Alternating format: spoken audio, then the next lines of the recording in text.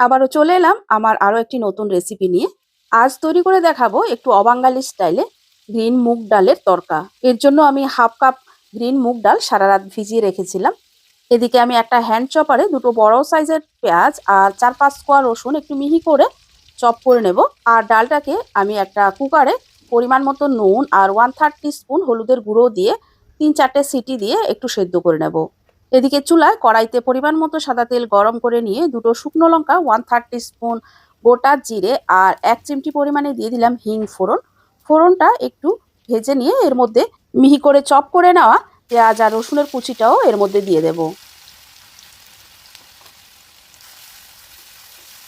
পেঁয়াজ আর রসুন কুচিটা মাঝারি আছে 2 মিনিটের মতো একটু ভেজে নিয়ে এর মধ্যে দিয়ে দেব টমেটো পেস্ট।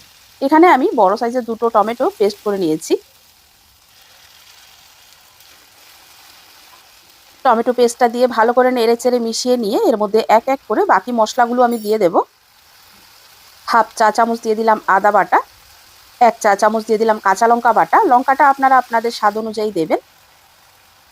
এবারে দিয়ে দিলাম 1/3 টিস্পুন হলুদ গুঁড়ো, 1/3 টিস্পুন দিয়ে দিলাম লঙ্কার গুঁড়ো, 1/3 টিস্পুন জিরের গুঁড়ো আর 1/3 টিস্পুন দিয়ে দিলাম ধনের গুঁড়ো। এবারে মশলাটাকে নেড়ে চেড়ে মাঝারি আছে 3 থেকে 4 মিনিটের মতো ভালো করে কষিয়ে নেব। এদিকে আমি ডালটাও কিন্তু সেদ্ধ করে নিয়েছি। এবারে এর মধ্যে দিয়ে দেব পরিমাণ মতো নুন। নুনটা দেওয়ার সময় একটু আন্দাজে দিতে হবে, কেননা ডালটা সেদ্ধ করার সময় ডালের সাথেও আমি নুন দিয়েছি।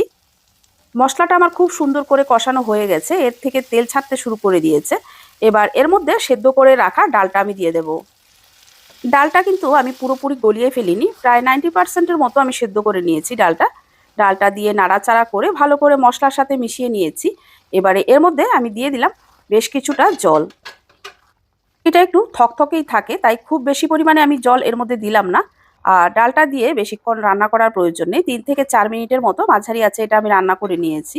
এবারে এর মধ্যে আমি দিয়ে দিলাম বেশ কিছুটা ধনেপাতা কুচি। ধনেপাতাটা দিয়ে আরও 1-1.5 মিনিটের মতো এটা রান্না করে এরপর একটা সার্ভিং ডিশে আমি এটা নিয়ে নেব।